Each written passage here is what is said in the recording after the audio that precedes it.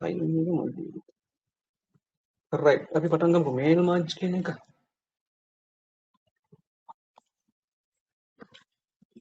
අන්න ගන්නවා අලුත් ඩොකියුමන්ට්. අපි දැන් මේල් මාර්ජ් මොකද්ද මේ මේල් මාර්ජ් කියලා කියන්නේ? අපි බලමු මේල් මාර්ජ් කියන්නේ මොකක්ද කියලා. මේල් මාර්ජ් කියලා කියන්නේ අපි හිතමුකෝ මෙහෙම කතාවක්. මොනවා පේන්ට් එක. හරිද?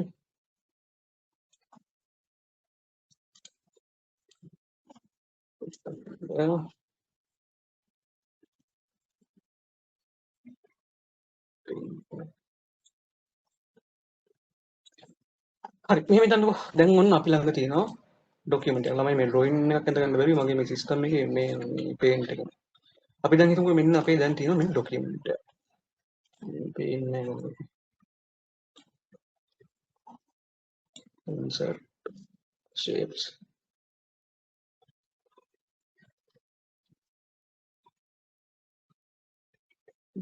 ඩොකියුමන්ට් එක දැන් right. ඔන්න ඩොකියුමන්ට් එකක් මම ළඟ තියෙනවා.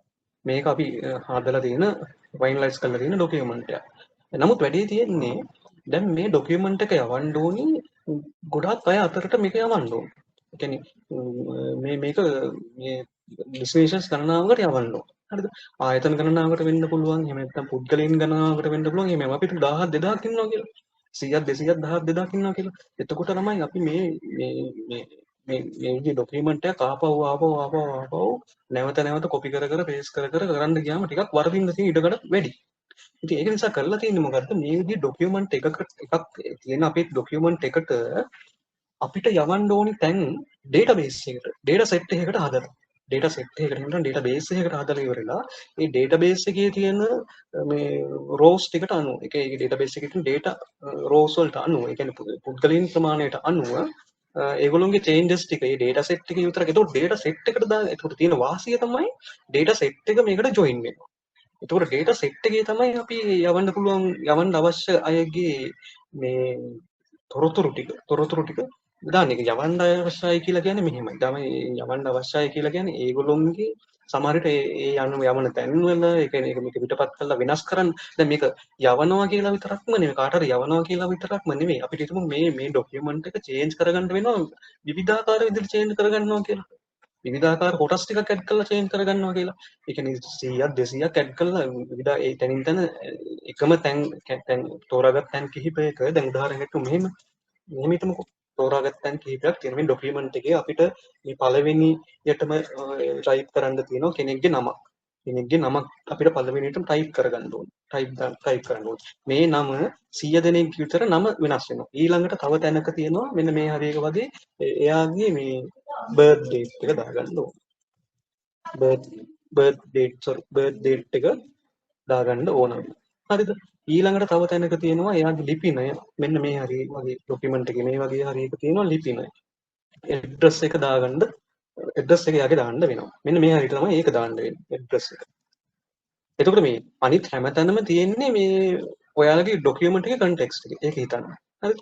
ඊට පස්සේ අපි දැන් ඕක යනවා පිටපත් ටික දාන්න වෙනවා. පිටපතත් ඒ ආයතනයෙන් ආයතන අර මේ වෙනස් වෙනවා කියලා හිතන්නකෝ. පිටපත් ටික කියන්නේ කොපීස් ටික දාන්න සිද්ධ වෙනවා. කොපීස් ටිකක් නිකන් කොමන් නෝම දාලා ඉවරලා කොපි පළවෙනි කොපිය දෙවෙනි කොපිය හරිය මේ කියලා මේක එක එක අයට එක එක ආයතන වලට වෙන වෙන විදිහට දාන්න තියෙනවා. සමහර අයට මේ දාගන්න තියෙනවා ඇඩ්මිනිස්ට්‍රේටිව් කියන්නේ ඩිරෙක්ට් මේවා කරන ඩීජීට ඩිරෙක්ට් වෙනවා ඊළඟට සෙක්‍රටරියට ඩිරෙක්ට් කරනවා සමහර තැන්වල ඔඩිටර් යනවා අන්න ඒ වගේ වෙනස් කරගන්න තියෙනවා කියලා. ඔන්න ඔය වගේ සෙට් එකක් ඔන්න ඔය වගේ සෙට් එකක් ළමයි තැන ඩොකියුමන්ට් එකෙන් ඩොකියුමන්ට් එකට වෙනස් වෙන්න ගියාම අපිට ඇත්තටම ඩොකියුමන්ට් එක කොපි කර ගිහිල්ලා චේන්ජ් කරන්න ගියාම හරි අමාරුයි. එතකොට එකක් ඩුප්ලිකේට් වෙනවා අනිත් එක අපිට හරියට දැනෙන්නේ නැති වෙනවා අමතක වෙනවා මේ වගේ ප්‍රශ්න ගොඩක් වෙනවා. ඉතින් අන්න ඒ වගේ තැන්වලදී කරන්න තියෙන පහසු ක්‍රමයක්. ඒ කියන්නේ ඩොකියුමන්ට් එක යවි කාට හරි යවනවා විතරක් නෙමෙයි. ඩොකියුමන්ට් එකේ ඒ කිසියම් ස්ථාන ප්‍රමාණයක් චේන්ජ් කරනවා නම් විශාල වශයෙන් කියන්නේ විශාල ගණනකට චේන්ජ් කරනවා නම් අපිට මෙන්න මේ මේල් මර්ජ් කියන එක පාවිච්චි කිරීමේ හැකියාව තියෙනවා. හරිද? එතකොට මේකෙදි අපි කරන්නේ මොකද්ද? පළවෙනිටම ඩොකියුමන්ට් එක පළවෙනිටම හදා ගන්නවා. පළවෙනිටම අපි කරගන්නේ ඩොකියුමන්ට් එක හදා ගන්නවා. ඩොකියුමන්ට් එක හදාගන්න. දෙවෙනිට කරන්නේ මොකද්ද? මේ දෙවෙනිට අපි කරන්නේ මේකේ වෙනස් කරන්න ඕන තොරතුරු කන්ටෙන්ට්ස් ටික තොරතුරු ටික මේක වෙනස් කරන්න ඕන තොරතුරු ටික අපි කරන්නේ මේ changing information කියලා මම නිකන් දාගන්නකෝ information අඩංගු data set එකක් හදාගන්නවා ළමයි data set එකක් හදාගන්නවා මේවා වෙන්න පුළුවන් access database එකක් එහෙම නැත්නම් excel database එකක් එහෙම නැත්නම් කොහේ හරි ඔය MS SQL වගේ ලොකු database server එක තියෙන data set එකක් හරිද අන්න ඒ විදිහ එකක් සම්බන්ධ කරලා ඒ විදිහ කොහෙන් හරි data set එකක් මේකට සම්බන්ධ කරාට පස්සේ ඒ data set එකේ තියෙන records ගානට අනුව ඒ records වල තියෙනවා row වල සහ column වල කාටද වෙනස් වෙන්නේ මොන කොටස්ද වෙනස් වෙන්නේ කියලා row එකක් කියලා කියන්නේ ළමයි row එකක් කියලා කියන්නේ සාමාන්‍ය එක row වාර්තාවක්නේ row record එකක් කියලා කියන්නේ වාර්තාවක් ඒතකොට මේ record එකක තියෙන්න පුළුවන් නම ඊළඟට address එක ඊළඟට අපි හිතමු තව මොන හරි කොටස් දැන් අපි මේ දාපු ටිකම වෙන්න පුළුවන් නේ දැන් අපි දාගත්ත මොනවද අපි දැන් චේන්ජ් කරන්න යනවා කියලා නම තියෙනවා බෙන්ද date of birth තියෙනවා address එක තියෙනවා copies තියෙනවා අන්න ওই විදිහට copies ගන්න copies 1 copies 2 වගේ ওই විදිහට හදලා අපිට එක රෙකෝඩ් එකක් හදාගන්න මේ විදිහේ රෙකෝඩ්ස් ගණනාවක් තියෙන data set එකක් හදාගත්තම වෙන්නේ මොකද්ද ළමයි ඒ data set එකට අනුව මේක replicate වෙනවා loop එක කියන්නේ repeat වෙලා යා automatically අපිට ලොකු document set එකක් හදලා දෙනවා හරිද ඒක තමයි mail merge වලදී කරන්නේ අන්න ওই ක්‍රියාවලිය තමයි ළමයි mail merge කියන මේක පාවිච්චි කරලා කරන්න බලාපොරොත්තු වෙන්නේ එතකොට මේකේ තියෙන ආකාර කිහිපයක් පළවෙනි එක තමයි දැන් අපිට දැන්ටමත් තියෙන record set එකක් මේකට සම්බන්ධ කරලා ඒකේ තියෙන data ටික අරගන්න පුළුවන්. එහෙම නැත්නම් අපිට මේක දැන් මේ document එක හදලා ඉවරලා මේකෙන් අපිට data set එකක් හදා ගැනීම හැකියාව තියෙනවා. ඒකට access වගේ එකකට data set එක හදලා එයා automatically අපිට ලබා දෙනවා. ඒකේ ඒගොල්ලෝ predefine කරපු columns තියෙනවා නැත්නම් අපිට columns ටික add කරන්න. හරි. බලමු අපි කොහොමද මේක කරන්නේ කියලා. මුලින්ම අපි document එකක් අපි හදාගනිමු. හරි. දැන් document එකක් හදන්න ළමයි මට ෆෝටෝ දාන්න නැහැ. ඒක සමහරක් ගාලා මම පොඩි වැඩ ටිකක් ඔයාලට දාන්න. මම දැන් මෙතන ගන්නවා පොඩි ඡේදයක්. හරි. පොඩි ඡේදයක් කරගන්න. මම දැන් මෙතනට ඡේද පහක විතර එකක් කරගත්තා. හරි. right. හරි. ඔන්න දැන් මම විදිහට ගත්තා. දැන් ඔයාලා හිතන්න මට ඕන වෙනවා මෙන්න මේ උඩට දාගන්න නම. හරිද? මේ උඩට මට නම දාගන්න උවමනා වෙනවා. මෙන්න මෙතනට නම දාගන්න ඕන වෙනවා. හරිද? මෙන්න මෙතනට මට දාගන්න ඕන වෙනවා යාගේ reference number එක. හරිද? reference number එක. හරිද? reference number එක උතනට දාගන්න ඕන. මම මේක පොඩ්ඩක් highlight කරලා ඊට පස්සේ බලමු. මෙන්න මෙතනට අපි දාගන්න ඕන වෙනවා මේ පල්ලෙහාටම වගේ මම පොඩි ගානක් දාන්නම්. පල්ලෙහාට වගේ දාගන්න ඕන වෙනවා. හරි. පල්ලෙහාට මට දාගන්න ඕන වෙනවා address sign හරි මොකක් හරි පල්ලෙහාට මොකක්ද අපි සම්බන්ධ දාන්න. මෙතනට අපි මොකක් හරි එකක් දාගන්න ඕන කියලා හිතන්නකෝ. හරි. copy කියලා දාගමු copy කියලා දාගමු. හරි. ඔන්න උතන්ට ওই ටික දාගන්න ඕන. ඔන්න ඔහොම තමයි මට වෙනස් කරන්න උවමනාව තියෙන්නේ. හරිද මම දැන් තුනක් දාගන්න. අන්න මේ වෙනස්කම් අපි 200ක විතර වෙනස්කම් කරන්න සිද්ධ වෙනවා. ඒක 200ක විතර මේ ડોකියුමන්ට් 200ක විතර හදා ගන්න ඕනේ. ඉතින් එහෙම නම් මම දැන් කරන්නේ මොකද? ඔන්න ඉස්සලාම ડોකියුමන්ට් එක මම දැන් හැදුවා. හදලා ඉවරලා මම දැන් යනවා mail in කියන එකට යනවා. mail in කියන එක තමයි mail merge කියන එක කියන්නේ. මේකේ ළමයි mail in එක ඔය ડોකියුමන්ට් එකක් විතරක් නෙවෙයි එන්වෙලොප් පවා අපිට මේව කරලා හදා ගන්න පුළුවන්. දැන් අපි කරන්නේ මොකද්ද? start mail merge කියලා දීලා දැන් letter එක okay letter එක හදලා තියෙනවා. හරිද? ඊට පස්සේ මෙන්න මෙතන යන්න දැන් start mail මම දැන් ඔයගොල්ලෝ letter එක හදලා නැත්නම් start යන්න. ඒගොල්ලෝ letter කියන එක හදාගන්න. ඒගොල්ලෝ option එක දීලා නමුත් දැන් අපිට letter එක හදලානේ තියෙන්නේ. ඒ නිසා අපිට ඒ කතාව ඕනේ නැහැ. ඊළඟට යන්න select recipient කියලා එකට එතනට ගිහිල්ලා type new list කියන එක දෙන්න. ඒ කියන්නේ අපි දැන් type කළා. එහෙම නැත්නම් අපිට පුළුවන් මේ මං කියවර දැනටම type කළා දැනටම හදලා තියෙන database set එකක් ගන්න පුළුවන් කියලා. ඒක යන්නේ මෙන්න මේ use and existing වලින්. අපි type new එක කියලා ගත්තොත් එහෙනම් අපිට පුළුවන් මෙතනදීම අර record set එක හදාගන්න. ඒගොල්ලෝ මේ predefine කරලා තියෙන address මේ set එකක් අපිට මේ data set එකක් අපිට දීලා තියෙනවා. අපිට ඒක පුළුවන් කස්ටමයිස් කොලම් ගිහිල්ලා අපිට අවශ්‍ය ටික විතරක් ගන්න. දැන් මට ඕන වෙන්නේ මොකද්ද? ටයිටල් එක මට ඕනේ නැහැ. මට ඕන නම ඕන කියන එක අපි ගත්තනේ. අපි නම කියලා ඔක දාගමු. ඊට පස්සේ ලාස්ට් නේම් ඒවා මෙයා වීඩිෆයින් මේ හදලා තියෙන්නේ. ඒක ඕනේ නැහැ. ඊට පස්සේ ඇඩ්‍රස් 9 ඇඩ්‍රස් 2 මෙතන ප්‍රෙෆරන්ස් කියලා කතාවක් නේ. අපිට කොලම් එකක් එහෙනම් ඇඩ් කරගන්න පුළුවන්. මෙතන ඩිලීට් කරා මේක ඕක තියාගත්තා. ඕක ඩිලීට් කරමු. ඒක ඕනේ නැහැ එකක්වත්. මෙන්න මෙහෙම උඩට උඩට යනවා ඒක ලේසි. හරිද? හරිද? ඔන්න ඔය මගාගෙන ගියා ඔක්කොම ටික. හරි මේ අපි දාන ඩේටා එකේ නම ඔය වැටෙන්නේ. වෙන මොකුත් නෙවෙයි. අපිට ඕන එකක් ඇඩ් කරගන්න පුළුවන්. අපිට ඕනේ රෙෆරන්ස් කියලා එකක් ඕනේ උනේ. රෙෆරන්ස්. අපි මම රෙෆ් කියලා දාගන්න. දාලා ඉවරලා ඕකේ කරා. ඕකේ කරාට පස්සේ මට රෙෆරන්ස් කියන එක ආවා. මේක අපි පොඩ්ඩක් උඩට දාගමු. ඒක හරි. දැන් ඕක අපි දැන් අපි මේක ඩවුන් එකට දාගන්න අර උඩට දාගන්න ෆයිල් නේම් ෆස්ට් නේම් එකයි රෙෆරන්ස් එකයි ඇඩ්‍රස් කියන එකයි තමයි දාගත්තේ. මම දැන් ඒක ඕකේ කරනවා. ඕකේ කරගෙන ඉවරලා මම දැන් මෙතන ඩේටා එන්න ගන්නවා. එච්චරයි. අන්න අජිත් කියලා දැම්මා. ඊට පස්සේ මේ මම මෙතනට ගිහිල්ලා රෙෆරන්ස් එක මම RE 12 පාට ඔන්න මොකක් හරි ඔයගොල්ලෝ දන්නේ ඔයගොල්ලෝ CS numbers දාලා හදාගන්න පුළුවන්. ඇඩ්‍රස් එක ඔන්න ඔහොම දැම්මා. ඊට පස්සේ ඊළඟ එකට අපි ගියා. හරිද? new entry එකක් ගත්තා. ඊට පස්සේ ඔය විදිහට මම දාගන්නවා. හරිද? මෙතන ලොකු දෙයක් නැහැ. මෙතන මේ data set එක හදාගන්න එක තමයි කරන්න තියෙන්නේ. ඔන්න ඔය විදිහට දාගන්නකෝ. ඊළඟට log entry එකක් ගියා. හරිද? ඊට පස්සේ අපි මෙතනට දාගත්තා.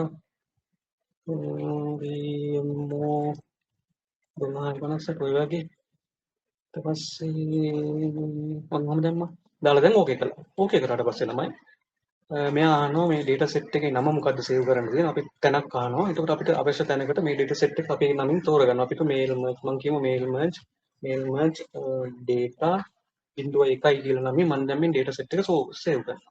හරි ඒක ඕගොල්ලන්ට ඕන ගමන මම දාගන්න පුළුවන්. ඕගොල්ලන්ට පේනවා ඇති ඊට පස්සේ මේක අපි පොඩි කරලා මෙන්න මෙතන දැක්කද මේ database access database එකක් විතර මේක පේන්න තියෙනවා. හරි. එතකොට මම දැන් මේක හරි. මෙන්න මේකට ගත්ත document එක අරගෙන මගේ document එක ගත්තා. මම දැන් ඊළඟට යන්න ඕනේ කොහොමද? මම දැන් select මෙතන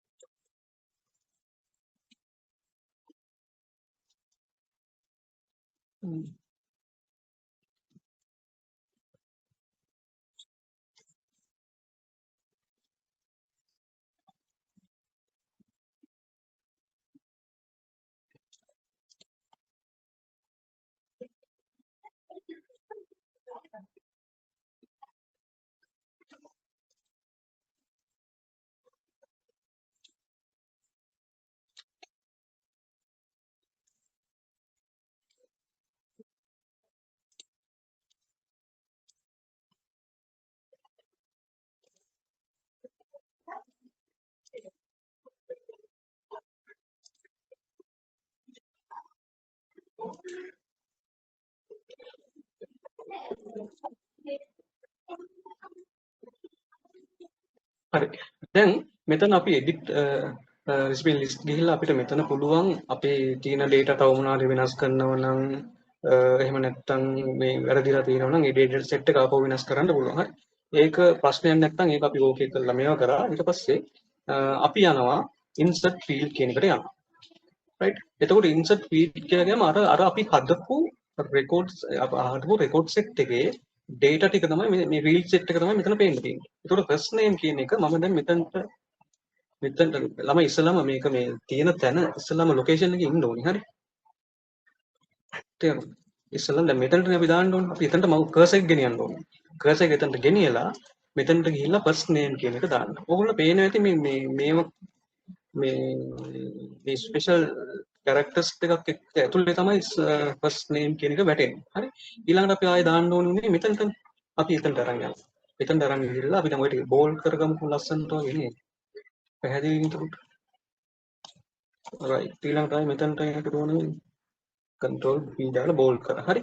ඊළඟට මෙතනට ගිහිල්ලා මම insert ගිහිල්ලා insert field එක reference number එක උතන්ට දාගත්තා. ඒකත් අපි bold කරගමුකෝ. හරිද? copy ගිහිල්ලා ඉවරලා මෙතනට මේක ළමයි මේක meaningful නැහැ. ඔයාලා ඒ අවශ්‍ය විදිහට හදාගන්න. හරි. ওই විදිහට දාලා ඉවරලා එන්න කරා. ඊට පස්සේ අපිට දැන් තියෙන්නේ දැන් අපි මේ ටික සෙට් කරලා ඉවරයි. ඊට පස්සේ finish and merge කියන එක ක්ලික් කරලා edit individual document දෙන්නත් පුළුවන්. ඒ විදිහට තමයි යන්නේ. print document කියන එක දෙන්නත් පුළුවන්. ඒකට ඊට කලින් අපි edit individual documents කියන එක අරගන්න. මොකද අපි check කරලා බලන්න මේක හරියට ඇවිල්ලාද කියලා. දීලා ඊට පස්සේ අපිට ඕන නම් ඒ කියන්නේ කීවෙනි පිටුවෙන් කීවෙනි පිටුව දක්වාද කියලා ගෙන්නත් පුළුවන්. එහෙම නැත්නම් all දෙන්නත් පුළුවන්. ඒකට all කියන එක දීලා ගන්න අපිට මේ ටික check කරගන්න ඕන වෙනවා. ඊට පස්සේ එයා කරන්නේ මොකද්ද? අපිට තව document එකක් හදලා ගෙනල්ලා දෙනවා. අර record ගන්න. බලන්න දැන් මේ record ගන්නට අනුව පිටු අපි record 3න් දැම්මේ. මේ record 3කට අදාළව document එකක් අපිට නිර්මාණය කරලා ගෙනල්ලා දීලා තියෙනවා. අන්න ඕකට තමයි අපි කියන්නේ mail merging. එතකොට මේක අපි වෙනම එකක් හැටියට save කරගන්න පුළුවන්. වෙනම document එකක් හැටියට save කරගන්න. එතකොට ඒකට අපි නමක් දීලා save කරගන්න අපි mail merge finalize document. ඒක ඉතින් ඔයගොල්ලෝ කැමති නමක් දාගන්න. හරි. මේ අන්නේ විදිහට save කරාම ඔයාලට mail merge කියන කතාවෙන් ඔයාලගේ අවශ්‍යතාවය ඉෂ්ට වෙලා ඇති. හරි. මේක අපිට print කරගන්න පුළුවන්. ඉතින් සාමාන්‍ය විදිහේ document එකක්. එච්චරයි. හරි. එතකොට ඕක place කරන්න අපි මේ හදාගත්ත template එකත් අපිට ඕන නම් save කරලා තියාගන්න පුළුවන්. ඒක අපි කලින්ම save කරන්නේ නැතිනේ. ඒකත් වෙනම save කරලා ඒක වෙනම open කරන්න පුළුවන්. ඊට පස්සේ template එකට අනුව වෙන වෙනම ආපහු edit කරලා modify කරලා වැඩේ කරගන්න පුළුවන්. හරි ළමයි.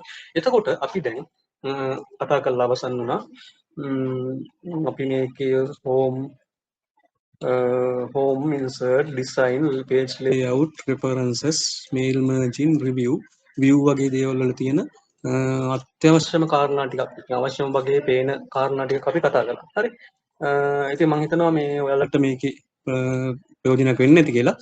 ඔයාලගේ මොනවා හරි තව ඔතන කෙරෙන්න ඕනි ටිකක් ඒ කියන්නේ තියෙනවා නම් ඒ කියන්නේ අපහැදිලි මොනවා හරි තියෙනවා නම් අපි පේපර් එකක් සාකච්ඡා කරනකොට කතා කරමු. හරි. එහෙනම් බොහොම ස්තුතියි හැමෝටම. මේ ටික පොඩ්ඩක් බලාගෙන එන්න.